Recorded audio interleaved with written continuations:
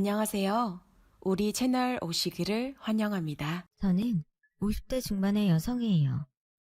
굉장히 시골에서 어렵게 자랐어요.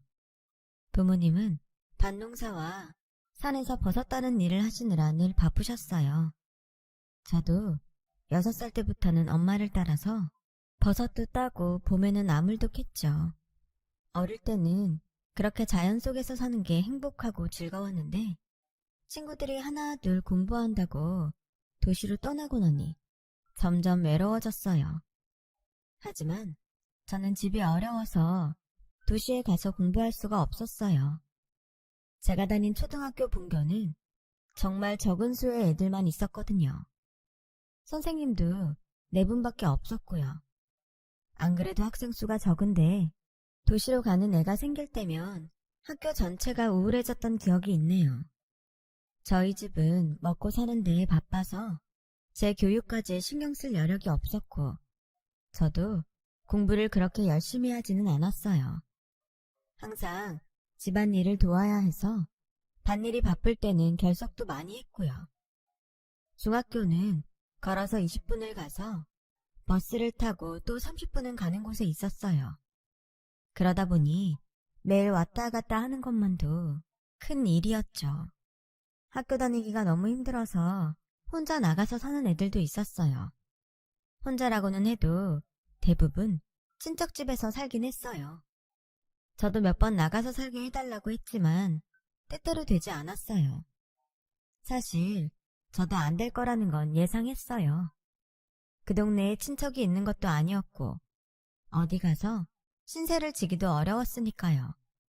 집안 형편도 안 됐고요. 하루는 학교에 갔다 와서 너무 피곤해서 자다가 저녁밥 지으라는 엄마 말에 일어났어요. 곤로에 밥을 안 치고 단무지를 무치는데 엄마가 저한테 그러시더라고요.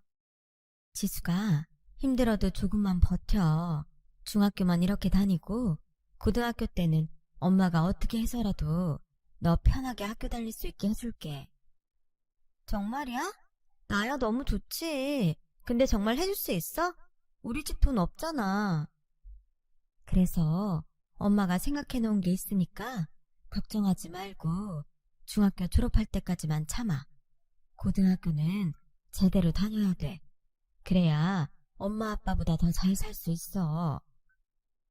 엄마는 초등학교만 나오셨고 아빠도 중학교까지만 다니셨어요. 엄마는 집안 형편이 어렵지 않았는데 여자가 공부해서 뭐 하냐며 집에서 시켜주질 않았대요. 아빠는 외할아버지가 일찍 돌아가셔서 일을 하느라 고등학교에 못 가셨고요. 아빠는 제가 학교를 빠지고 집안일 돕는 걸 당연하게 생각하셨지만 엄마는 아까운 공부 시간 뺏는다고 안타까워하셨어요. 밭일할 때가 아니면 제가 빠지려고 해도 등을 떠밀어서 학교에 보내셨어요. 엄마가 공부를 못했던 게 아쉬운 만큼 저만큼은 포기하지 않기를 바라셨던 것 같아요. 그때의 저는 엄마의 마음을 다 헤아리지는 못했지만 제가 엄마 아빠보다 더 잘 살기를 바라는 마음은 충분히 느껴졌어요. 저는 더 이상 불평하지 않고 학교를 다녔고 고등학교에 가자 엄마는 약속대로 제가 도시에 머물 수 있게 방을 얻어주셨어요. 도시라고는 하지만 서울과는 비교도 안 되게 작은 곳이었어요. 그런데도 저는 모든 게 다 크고 넓게만 느껴졌고 온통 신기한 것들로 가득했어요. 엄마는 제가 초등학교 때부터 들었던 적금을 깼다고 하셨어요. 이런 나를 위해서 내가 조금씩 모아뒀던 거야. 네가 고등학교라도 나오려면 언젠가는 필요할 것 같더라고. 생각보다 돈이 많이 모아지진 않았어도 네 쓸방은 얻을 수 있어서 다행이다. 엄마, 진짜 고마워. 나 놀지 않고 공부 열심히 할게. 주말마다 집에 와서 엄마 아빠도 잘 도울게. 아빠는 제가 집을 떠나서 공부하는 걸 그렇게 좋아하진 않았지만 반대하지도 않으셨어요. 근처에 먼 친척이 있어서 저를 봐줄 수 있어서 괜찮겠다고도 하셨고요. 또 전보다 형편이 좀 나아져서 저희 집도 바쁠 때에는 사람을 쓸 수 있게 됐어요. 그 덕분에 저는 학교 생활에 완전히 집중할 수 있었어요. 밤멜 걱정이나 산에 가서 버섯 딸 일을 생각하지 않아도 되니 얼마나 홀가분하고 좋았는지 몰라요. 그런 만큼 엄마가 정말 많이 힘들었겠구나 하는 생각도 많이 하게 되었죠. 그래서 주말에 집에 가면 제가 먼저 나서서 부엌 일을 도맡아 했습니다. 집 떠나면 다 효자가 된다고 하는데 저도 그랬던 것 같아요. 학교 생활은 정말 재미있었어요. 고3이 되니까 대학에 갈 아이들과 취직할 아이들로 갈라지게 됐고 저는 취직하는 쪽을 선택했어요. 명문대에 갈 정도의 성적은 아니었고 서울에 있는 대학에 갈 수는 있을 정도의 성적이었어요. 선생님은 아까워했지만 저는 얼른 돈을 벌고 싶었거든요. 저는 학교 선생님의 추천으로 작은 회사의 격리 보조로 취직하게 됐어요. 엄마 아빠는 제가 졸업도 하기 전에 취직이 결정됐다고 엄청 좋아하셨어요. 아빠는 엄마가 무리해서 절 학교 보낸 보람이 있다고 하셨죠. 부모님이 좋아해 주시니까 저도 더 들떴어요. 회사에 들어가서 사회생활을 한다고 생각하니 벌써 어른이 된 것 같았거든요. 학교를 졸업하던 날 엄마는 제 손을 잡고 지수가 회사에 들어가서 적응되면 그 다음에는 야간대학이라도 갈 생각해봐. 힘들었지만 고등학교 졸업하니까 좋은 일자리가 생겼잖아. 대학 졸업하고 나면 더 좋은 데 갈 수 있고 네가 하고 싶은 일도 할 수 있을 거야. 엄마 아빠가 지금 대학까지 보내주지 못해서 미안하다. 그래도 엄마 말 명심해. 네 삶은 네가 바꿀 수 있는 거야. 알았지? 저는 알겠다고 했어요. 하지만 회사에 다녀보니 일을 하면서 학교에 다닌다는 게 보통 각오로 되지 않는다는 걸 깨달았어요. 처음 몇 달은 적응하느라 정신이 없었고 그 다음은 피곤이 쌓여서 일이 끝나면 아무것도 하기 싫어지더라고요. 그래서 2년 정도는 공부할 생각은 접고 회사만 다녔어요. 격리 보조라고 하지만 격리일보다는 잡심부름이나 다른 직원들 뒤치다거리가 더 많았어요. 시간이 흐르면서 나는 언제 일다운 일을 해보나 하는 마음에 제 현실이 답답해지더라고요. 저는 그제야 용기를 내서 야간대학에 원서를 내기로 했어요. 모아놓은 돈도 있고 엄마 말씀처럼 대학 졸업장이 있으면 지금보다는 더 나은 일을 할 수 있을 거란 생각이 들었거든요. 그때부터 회사가 끝나면 학교에 가서 공부하는 생활을 시작했고 몇 년간 고생 끝에 저는 경영학과 졸업장을 받았어요. 그러면서 전산회계 업무 자격증도 같이 땄고 그 덕인지 저는 중소기업 회사에 격리로 들어가게 됐죠. 거기서 남편을 만나게 됐어요. 그 사람은 저희 회사가 물건을 납품하는 대기업 직원이었어요. 직급도 팀장이고 능력 있는 사람이었어요. 저는 그 남자의 능력에 반했고 그 사람은 제가 뭐든 적극적으로 일하는 모습이 매력있다고 하더라고요. 남자는 아버지가 일찍 돌아가셨고 어머니는 지방대 교수였는데 지적이고 고상한 모습이 참 좋아 보였어요. 나이도 많지 않으신데 공부를 하면서 아이를 키웠을 걸 생각하니 존경심도 들더군요. 혹시라도 제 학벌을 가지고 뭐라고 하진 않을까 걱정도 했어요. 하지만 큰 문제 삼지 않아서 남자와 결혼할 수 있었습니다. 그런데 시어머니는 집안 큰 행사 자리에 절대 저를 부르지 않았어요. 항상 남편만 혼자 갔다 오곤 했거든요. 아무래도 시댁 모임은 저한테 어려운 자리라서 처음엔 속으로 좋아했는데 시간이 갈수록 뭔가 석연치 않은 게 느껴졌어요.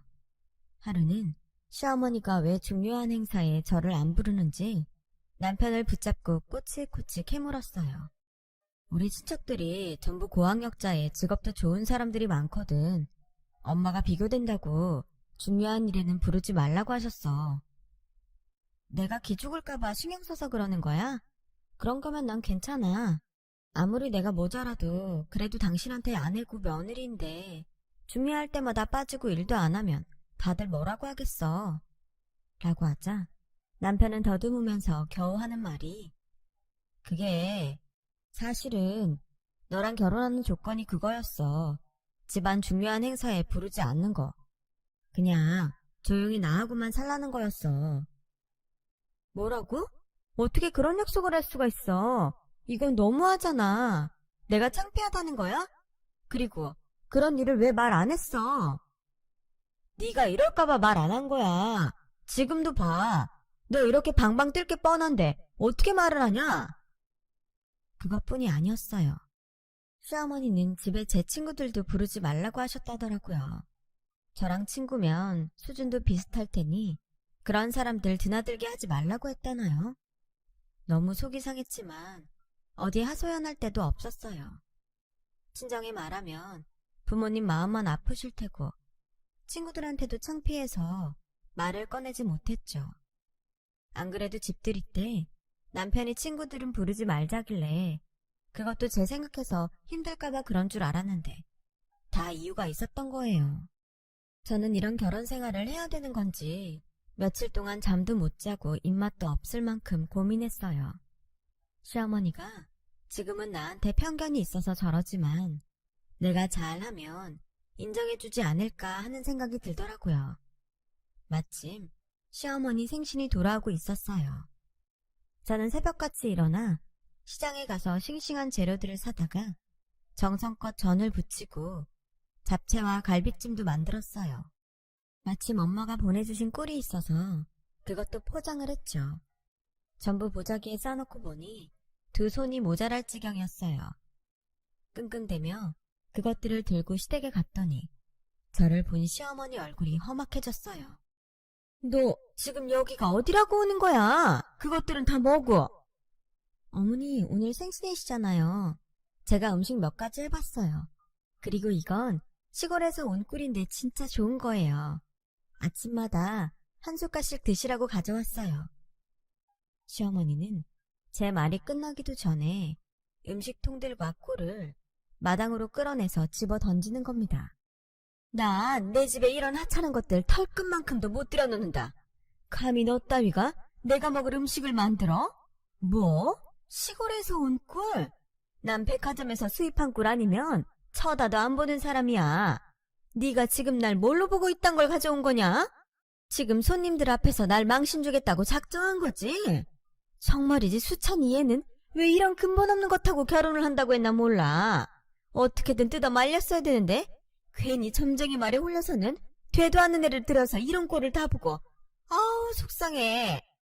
시어머니는 저와 남편의 결혼을 반대하다가 결국 점을 보러 갔고 거기서 저와 결혼하면 남편도 자기도 잘 되고 집안이 핀다고 해서 반신반의하며 결혼을 허락했던 거였어요. 대신 저를 집안 중요한 자리에 부르지 않기로 했던 거예요. 그 중요한 자리에 시어머니 생신도 포함됐다는 걸 저는 몰랐죠. 대학 교수식이나 되는 사람이 점쟁이 말을 듣고 결혼을 시켰다는 것도 어이가 없었어요. 비참했지만 버려진 음식들은 그렇다 치고 엄마가 보내주신 꿀병은 하수구 구멍 있는 데까지 굴러갔더라고요. 그걸 구하려고 고생하셨을 엄마를 생각하니 눈물이 왈칵 쏟아졌어요. 그날 밤 집에 온 남편은 저를 위로하기는커녕 오히려 화를 내더군요. 아니, 거기가 어디라고 가? 내가 가자는 말 안 했으면 가지 말아야지. 왜 시키지도 않은 짓을 해서 사람 곤란하게 만들어? 오늘 엄마가 얼마나 속상했는 줄 알아? 좋은 날인데 기분 완전 잡쳤다고. 당신은 내 생각은 안 해? 내가 하루 종일 장보고 음식하느라고 얼마나 고생을 했는데 아무리 내가 마음에 안 들어도 그렇지 사람 정성을 그렇게 무시해도 되는 거야? 우리 엄마가 원래 길바닥에서 파는 걸로는 보리차도 안 끓이는 분이야. 재료 하나에도 얼마나 신경을 쓰시는데 어디서 난 건지도 모르는 그런 걸로 만들었으니 오죽하겠어? 안 그래도 당신한테 슬슬 채소 하나라도 백화점에서 사라고 말하려던 참이었는데 결국 이런 사단이 났네. 차라리 나한테 물어보지 그랬어. 아참, 그리고 무슨 꿀도 가져갔다며? 시골에서 온 거 설탕 먹인 가짜가 천지인데 그걸 선물로 가져가? 우리 엄마를 뭘로 보고? 그 말 들으니까 진짜 나도 기분 나쁘더라. 당신이야말로 우리 엄마를 뭘로 보고 그렇게 말을 해. 그 꿀 정말 귀한 거야. 내가 어릴 적부터 뵌 아저씨가 직접 채취하신 야생꿀이라고. 그렇게 저와 남편은 밤새 싸웠고 남편은 새벽같이 집을 나가서 하루 종일 연락도 하지 않았어요. 너무 충격을 받아서 하루 종일 일도 손에 안 잡히는데 시어머니가 갑자기 들이닥쳤어요. 시어머니는 들어오자마자 코를 막으며 인상을 찌푸렸어요. 아우, 키키한 냄새. 이게 대체 무슨 냄새야? 아니, 저게 뭐야? 청국장이냐? 네, 저희 친정엄마가 보내주신 거예요. 아우, 내가 못 살아 정말. 너 니네 친정엄마가 보낸 거 아니면 먹고 살 게 없니? 왜 저런 냄새를 집에서 풍겨? 당장 치우지 못해? 그리고 너 수찬이한테 그 꿀이 무슨 야생꿀이라는 둥 그러면서 애를 쥐잡듯 했더라? 하룻밤새 애 얼굴이 반쪽이 돼서 들어오는데 내가 얼마나 놀랐는지 알아? 그이가 어머니한테 갔어요? 저랑 싸우고 나서 간 데가 시댁이라니 정말 어이가 없었어요. 게다가 저랑 있었던 일을 다 얘기한 모양이었어요. 너는 네가 살던 데니까 아무렇지 않을지 몰라도 우린 아니다. 집에서 키우는 개한테도 안 주는 것들을 갖고 와서 우리를 모욕해놓고 적반하장도 유분수지. 그래서 내가 곰곰이 생각을 해봤는데 이건 아무래도 아닌 것 같다. 이 결혼 없던 일로 하자. 네? 아니 어머니, 제가 음식 한번 해갔다고 어떻게 그런 말씀을 하세요? 이혼이라뇨. 그리고 그런 일은 저랑 그 사람이 정하는 거지 어머니가 하실 말씀은 아니잖아요. 이거 봐. 어디서 버릇없이 말대답이나 하고? 우리 니네랑 달라서 집안 어른들 말씀을 중시하는 사람이야. 어른이 결정을 내렸으면 따라야지. 어디서 굴러먹다 온지도 모르는 걸 데려와서 집안 꼴하며 이게 뭔지 몰라. 내가 그 돌팔이 점쟁이한테 완전 속았어. 아무튼 너 당장 짐 싸서 일단 이 집에서 나가 있어라. 조만간 우리가 서류 준비해서 보낼 테니까 그렇게 알고 있어. 남편한테 전화해서 물어봤지만 돌아오는 말은 같았어요. 내가 일생일대의 실수를 한 것 같아. 결혼이라는 걸 그렇게 한순간 감정에 결정하는 게 아니었는데 그땐 내가 뭐에 씌었었나 봐. 우리 서로 자란 환경도 그렇고 안 맞는 게 너무 많은 것 같아. 차라리 빨리 끝내는 게 서로한테 더 도움되는 일 아니겠어? 깔끔하게 헤어지자. 결국 저는 쫓겨나듯이 집을 나왔어요. 집에 돌아가자니 부모님이 너무 속상해할 것 같아서 며칠을 여관방에서 혼자 지냈죠. 그런데 시댁에서 친정으로 서류를 보내는 바람에 부모님도 다 알게 되셨고 엄마는 어떻게 저를 찾아오셨어요. 네 친구 경희가 너 여기 있다고 하더라. 왜 혼자 여기 이러고 있어? 집에 와야지. 저는 엄마의 따뜻한 말에 그만 토목을하고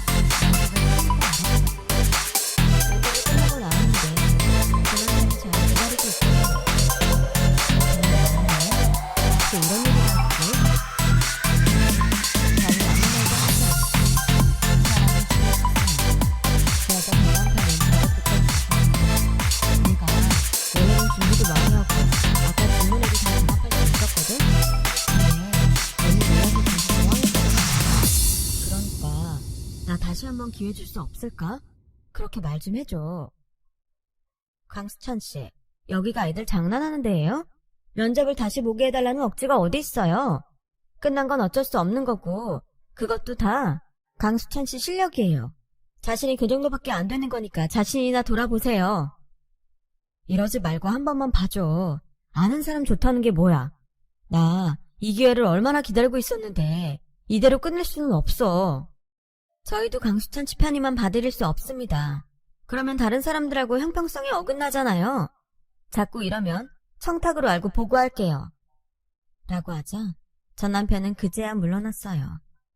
남편은 학교도 좋은데 나왔고 회사에서 평이나 실적도 나쁘지 않은 편이었지만 눈에 띄게 뛰어난 건 아니었어요. 거기다 면접을 망쳐서 점수가 낮아 떨어질 수밖에 없었죠. 그런데 발표가 난 직후에 전 남편과 시어머니가 저를 찾아왔어요. 네가 예전 일로 사적인 감정 때문에 우리 수천이를 떨어뜨린 것 같아서 내가 문제 제기를 하려고 왔다.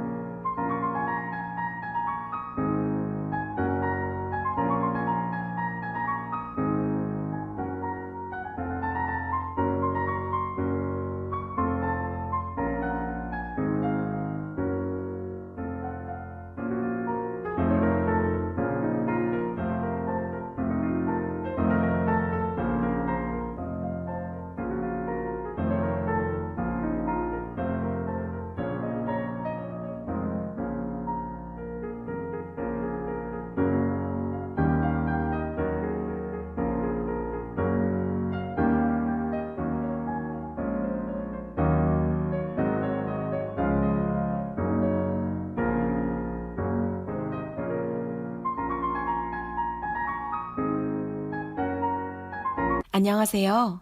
우리 채널 오시기를 환영합니다. 라는데 여전히 저를 깔보는 표정으로 보더라고요. 이 일을 제대로 해명하지 않으면 나는 학교 측에 정식으로 문제 제기하고 언론에 이 사실을 알릴 거니까 그렇게 알아라. 나 지금은 우리 학교 명예교수야. 언론에서 내 말을 무시할 수 있을 것 같아? 라는 시어머니 옆에 전 남편은 의기양양한 표정으로 서 있었어요. 옆에서 보던 조교가 듣다 참지 못하고 할머니, 어디 와서 이런 행패를 부리시는 거예요? 저희 대학을 뭘로 보시고 그런 말씀을 하세요? 그리고 저희 교수님, 미국 대학에서도 알아주는 분이셨어요. 우리 학과장님이시라고요. 당장 사과하세요. 그러자 시어머니와 전 남편은 표정이 싹 바뀌었어요. 시어머니는 그제야 학과장이라는 제 명패를 받고 굉장히 당황했어요. 아무리 그래도 자기 감정 제대로 다스리지 못할 수도 있죠. 우리 수천이가 떨어진 거 보면 뭔가 장난질 친 게 분명하다고. 뭔가 했죠. 우리의 점수 장난쳤죠? 라며 더듬더듬 저한테 존댓말을 쓰는 시어머니를 보니 웃음이 나왔어요. 정 그러시면 제가 채점표 보여드릴게요. 그나마 점수는 제가 제일 괜찮게 줬거든요. 저는 시어머니와 전 남편한테 채점표를 보여줬죠. 그걸 본 두 사람은 얼굴이 빨개지더니 어쩔 줄 몰랐어요. 대부분의 교수들이 전 남편한테 가장 낮은 점수를 줬거든요. 할머니, 여긴 할머니가 있던 그런 작은 대학하고는 수준이 달라요. 누구 말 한마디 때문에 떨어뜨리는 데가 아니라고요. 저한테 말도 안 되는 소리 계속 하시면 저도 강수천 씨 회사에 저한테 어떤 식이었는지 어떻게 했는지 알릴 거예요. 인성이 먼저인 거 아니겠어요? 요즘은 시댁이 며느리한테 함부로 하는 거에 민감한 거 아시죠? 할머니 학교에서 명예교수라고요. 할머니는 학교에서 저한테 했던 행동이며 오늘 이러고 와서 행패 부리는 거 알면 계속 그 자리에 두겠어요? 라고 하자 시어머니는 그제야 그때는 우리가 정말 실수했다. 미안해. 내가 어떻게 하면 되겠니? 비교할 정도로 비는 시어머니를 본 전 남편은 굉장히 당황하더라고요. 엄마, 갑자기 왜 이래? 그냥 가면 되지. 뭘 빌기까지 해? 너 조용히 하네? 네가 뭘 한다고 이래? 교수 사회에서 평판 한번 깎이면 어떻게 되는 줄 알아? 입 다물고 가만히 있어. 자신의 위신과 명예만 중요한 시어머니를 보니 한숨이 절로 나왔어요. 됐으니까 돌아들 가세요. 더는 찾아오지 마시고요. 한 번만 더 와서 엉뚱한 소리 하면 그땐 진짜 가만 안 있어요. 명예훼손으로도 고소할 거예요. 라고 하자 남편은 억울하다는 듯 뭘 그렇게까지 말해. 난 엄마 때문에 그런 것밖에 없어. 정말 내 뜻이 아니었다고. 혹시라도 나한테 섭섭한 거 있으면 다 풀고 회사에는 아무 말도 하지 마. 부탁이야. 이보세요. 저랑 무슨 사이인가요? 상대방에 대한 예의 몰라요? 어따 대고 자꾸 반말이니? 라고 소리쳤더니 그 사람은 놀라서 말을 못하다가 더듬거리더군요. 그렇게 남편과 시어머니는 돌아갔지만 그 후에도 몇 번 저를 찾아왔어요. 어떻게든 제 비위를 맞춰서 좋은 자리를 얻어보겠다는 속셈이었죠. 저는 만나주지도 않았고 조교들한테도 제 방에 들여보내지 말라고 했어요. 결국 두 사람은 더 이상 저를 찾지 않더라고요. 나중에 들은 얘기로는 시어머니가 교수 임용 당시 논문이 다른 사람 걸 표절한 게 들통나서 교수직을 박탈당했다고 하더라고요. 참나, 진짜 세상 일 아무도 몰라요. 그렇게 잘난 척을 해대더니 논문 표절이라뇨. 학교에서는 시어머니를 연구부 횡령으로 고소도 했다고 해요. 전 남편은 회사에서 정리해고 때 쫓겨났고요. 그 후로 지금까지 두 사람에 대해 들은 소식은 없습니다. 저는 늦은 나이지만 전부인과 사별한 사람을 만나서 재혼을 했고 친구처럼 재미있게 잘 지내고 있어요. 엄마도 아직까지는 건강히 잘 계시고요. 옛말에 젊은 사람 무시하지 말라는데 왜 그렇게들 자기보다 좀 못하다는 생각이 들면 무시부터 하고 보는 걸까요? 사람에겐 각자 그 사람의 보석 같은 가치가 있는 건데 말이죠. 저는 우리 학교의 젊은 청춘들을 믿고 희망을 보며 오늘도 달리고 있습니다. 지금까지 들어주신 분들 모두 감사합니다. 다들 행복하시고 하시는 모든 일 잘 되길 바랄게요. 건강하세요. 여러분, 사연 댓글에 응원과 현명한 조언 부탁드려요. 좋아요와 구독은 저에게 큰 힘이 됩니다. 오늘도 좋은 일 가득하세요.